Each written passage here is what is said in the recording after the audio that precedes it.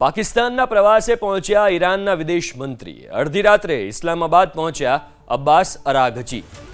આસિમ મુનીર અને ઇશાક ડારે ઈરાનના વિદેશ મંત્રીનું સ્વાગત કર્યું છે। પાકિસ્તાનના ગૃહમંત્રી મોહસિન નકવીએ પણ તેમનું સ્વાગત કર્યું।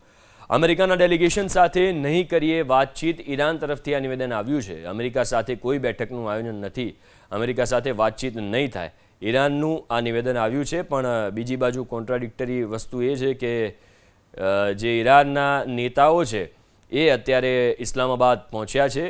પાકિસ્તાનના પ્રવાસે ઈરાનના વિદેશ મંત્રી અબ્બાસ અરાઘચી પહોંચ્યા છે।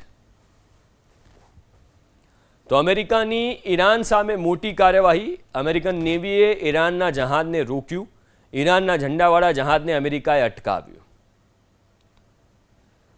તો અમેરિકાની ઈરાન સામે આ મોટી કાર્યવાહી, અમેરિકન નેવીએ ઈરાનના જહાજને રોક્યું છે, જેના દ્રશ્યો તમે સ્ક્રીન ઉપર જોઈ રહ્યા છો। ઈરાનના ઝંડાવાળા જહાજને અમેરિકાએ અટકાવ્યું છે, અમેરિકન નેવીએ આ કાર્યવાહી કરી છે। આ તરફ પાકિસ્તાનમાં પેટ્રોલ અને ડીઝલના ભાવ વધ્યા। પાકિસ્તાનમાં પેટ્રોલ ડીઝલના ભાવમાં 26 રૂપિયાનો વધારો। પાકિસ્તાનમાં પેટ્રોલની કિંમત 393 રૂપિયા પ્રતિ લીટર પહોંચી ગઈ છે અને ડીઝલની કિંમત 380 રૂપિયે પ્રતિ લીટર થઈ ગઈ છે। એટલે 26 રૂપિયાનો વધારો થયો છે પેટ્રોલ ડીઝલના ભાવમાં। પેટ્રોલની કિંમત 393 રૂપિયાની આજુબાજુ થઈ ગઈ છે 1 લીટરનો ભાવ, અને ડીઝલનો ભાવ થઈ ગયો છે 380 રૂપિયા।